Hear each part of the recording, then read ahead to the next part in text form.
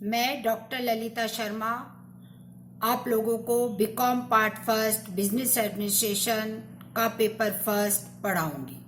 Business law, भारतीय अनुबंध अधिनियम 1872 का परिचय आज हम पढ़ेंगे। प्रसिद्ध विधि शास्त्री टी.आर. देसाई के शब्दों में अनुबंध का विधान प्रत्येक व्यक्ति को प्रभावित करता है, क्योंकि हमारे में से प्रत्येक व्यक्ति आए दिन अनुबंध करता ही रहता है। यदि हम देखें तो प्रतिदिन हम अनेक प्रकार के सुबह से लेके शाम तक बहुत सारे अनुबंध करते हैं। सुबह से हम दूध, ब्रेड, बटर, फल, सब्जी, कपड़े, परिवहन की टिकट आदि ये सब जो कार्य करते हैं, इन सब में भी हम अनुबंध ही करते हैं। इतना ही नहीं, हम दर्जी से कपड़े सिलवाते हैं, लॉन्ड्री से कपड़े धुलवाते हैं, चक्की पे अनाज पिसवाते हैं, स्कूटर सर्विस पर देते हैं, दुकानदार से या अपने फ्रेंड से हम कोई पेन उधार लेते हैं, तो वह भी अनुबंध के अंतर्गत ही आता है। प्रत्येक व्यावसायिक संस्था प्रतिदिन अनेक अनुबंध करता है तथा भिन्न भिन्न प्रकार के अनुबंध करता है।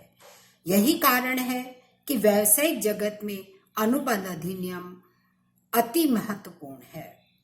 कार्ले तथा रॉबर्ट्स ने लिखा है, जिस प्रकार जनता एवं संपत्ति की सुरक्षा दंड विधान के नियमों पर निर्भर करती है, उसी प्रकार व्यापारिक जगत की सुरक्षा एवं स्थिरता अनुबंधों के विधान पर निर्भर करती है।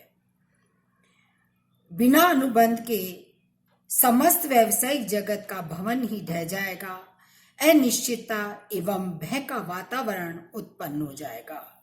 इसीलिए सर एंसन ने कहा है, अनुबंध अधिनियम का उद्देश्य ही यह देखना है कि एक व्यक्ति को जो आशा दिखाई गई है वह साकार हो जाएगी तथा उसे जो कुछ वचन दिया गया है पूरा किया जाएगा। अब हम देखते हैं भारत में अनुबंधों का विधान। भारतीय अनुबंध अधिनियम 1872 के पारित होने से पूर्व हमारे देश में कोई सामान्य अनुबंध अधिनियम नहीं था। संपूर्ण देश में समान रूप से लागू हो रहा था। न्यायालय केवल न्याय, समानता तथा सद्भावना के सिद्धांत के आधार पर निर्णय किया करते थे।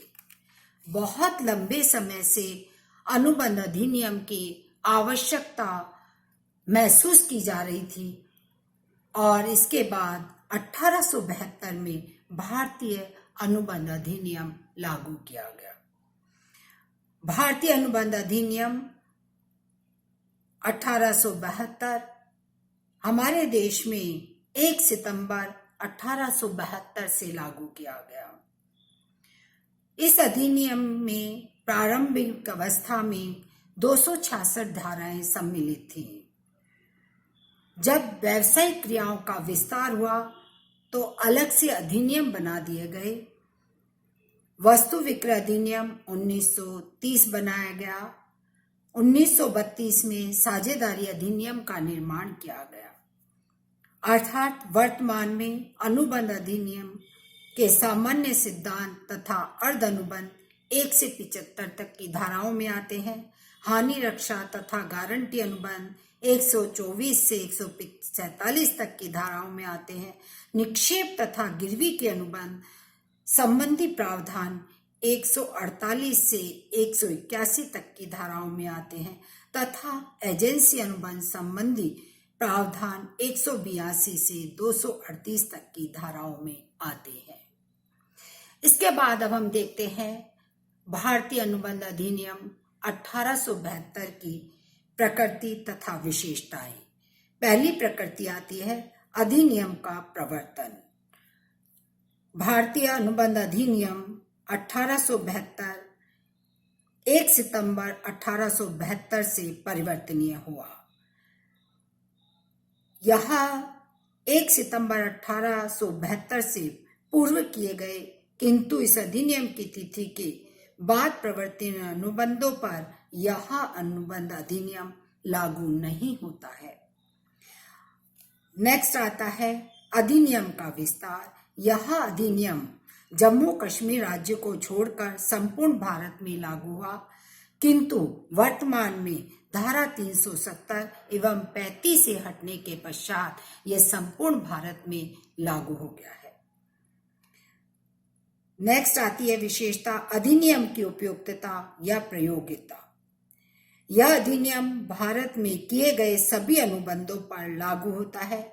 भारत के सभी हिंदुओं मुसलमानों द्वारा किए गए सभी अनुबंधों पर समान रूप से लागू होता है, अर्थात सभी जाति धर्म के लोगों पर लागू होता है।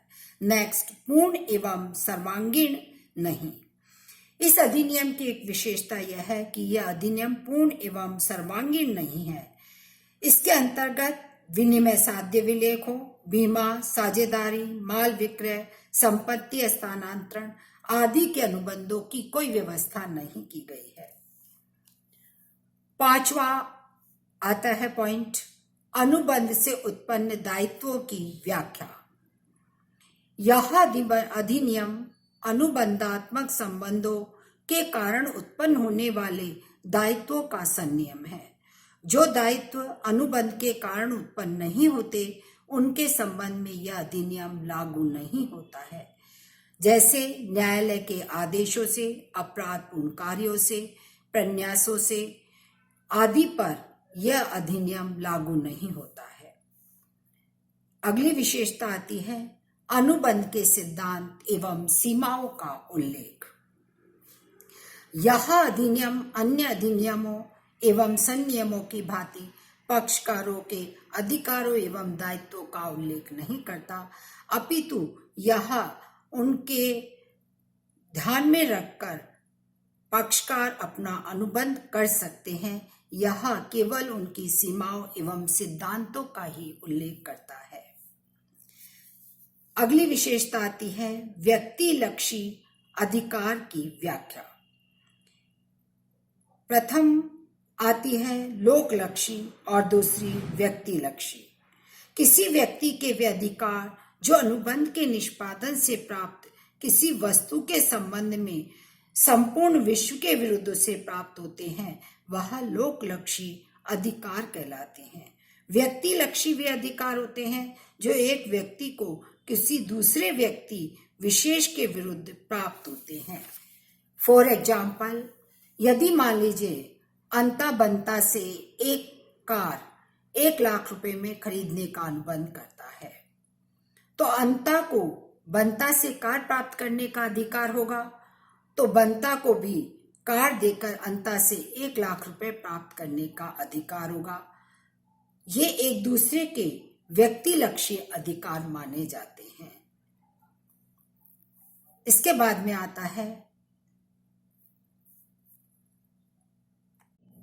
अनुबंधों के कानून का क्षेत्र, scope of law of contract. महान विधि शास्त्री सर जॉन सामंड ने लिखा है कि अनुबंधों का कानून ठहरावों का संपूर्ण कानून नहीं है और न ही यह सभी दायित्वों का ही संपूर्ण कानून है। इसका कारण यह है कि यह केवल उन ठहरावों का कानून है जो दायित्व उत्पन्न करते हैं और जिन दायित्वों की उत्पत्ति ठहराव से होती है। अर्थात उनका कहने का तात्पर्य है कि यह केवल उन पर लागू होता है ठहरावों पर जिनका उद्देश्य वैधानिक संबंध स्थापित करना होता है। इसके 2 पहलू हैं। पहला पहलू आता है अनुबंधों का कानूनन ठहरावों का संपूर्ण कानून नहीं। अनुबंध अधिनियम संपूर्ण कानूनों का ठहराव नहीं, अनुबंध कानून नहीं है, क्योंकि अनुबंधों का कानून केवल उन ठहरावों पर लागू होता है जिनसे पक्षकारों के वैधानिक दायित्व उत्पन्न होते हैं। अनुबंधों का कानून उन ठहरावों पर लागू नहीं होता जिनके पक्षकारों की इच्छा वैधानिक संबंध स्थापित करना नहीं है। सामाजिक, राजनैतिक, घरेलू, धार्मिक आदि कई सामान्य ठहराव ऐसे होते हैं जिनका उद्देश्य वैधानिक संबंध स्थापित नहीं करना होता। जैसे मान लीजिए 10 दोस्तों ने मिलकर के शाम को खाना खाने के लिए एक समझौता किया, तो वह उसका उद्देश्य प्रेम व्यवहार था, उसका उद्देश्य वैधानिक संबंध स्थापित करना नहीं है। दूसरा आता है अनुबंधों का कानून सभी दायित्वों का कानून भी नहीं है। यह पूर्ण सत्य है कि अनुबंधों का कानून सभी दायित्वों का कानून नहीं है। इसका कारण है कि वैधानिक दायित्व केवल स्वेच्छा से अनुबंध करने से उत्पन्न नहीं होते, बल्कि वैधानिक दायित्व दुष्कृति या असभ्य आचरण से थोपे नहीं जा सकते। न्यायालय के निर्णय से या स्थिति या आपसी संबंधों से अनुबंधों का कानून केवल उन दायित्वों से संबंधित है जिनकी उत्पत्ति अनुबंध करने से होती है। अन्य किसी भी स्रोत से उत्पन्न होने वाले दायित्वों को अनुबंधों के कानून की विषय वस्तु नहीं माना जा सकता। इसीलिए सर सामंड ने लिखा है कि अनुबंधों का कानून केवल उन दायित्वों का कानून है जिनकी उत्पत्ति ठहरावों से होती है। Thank you very much.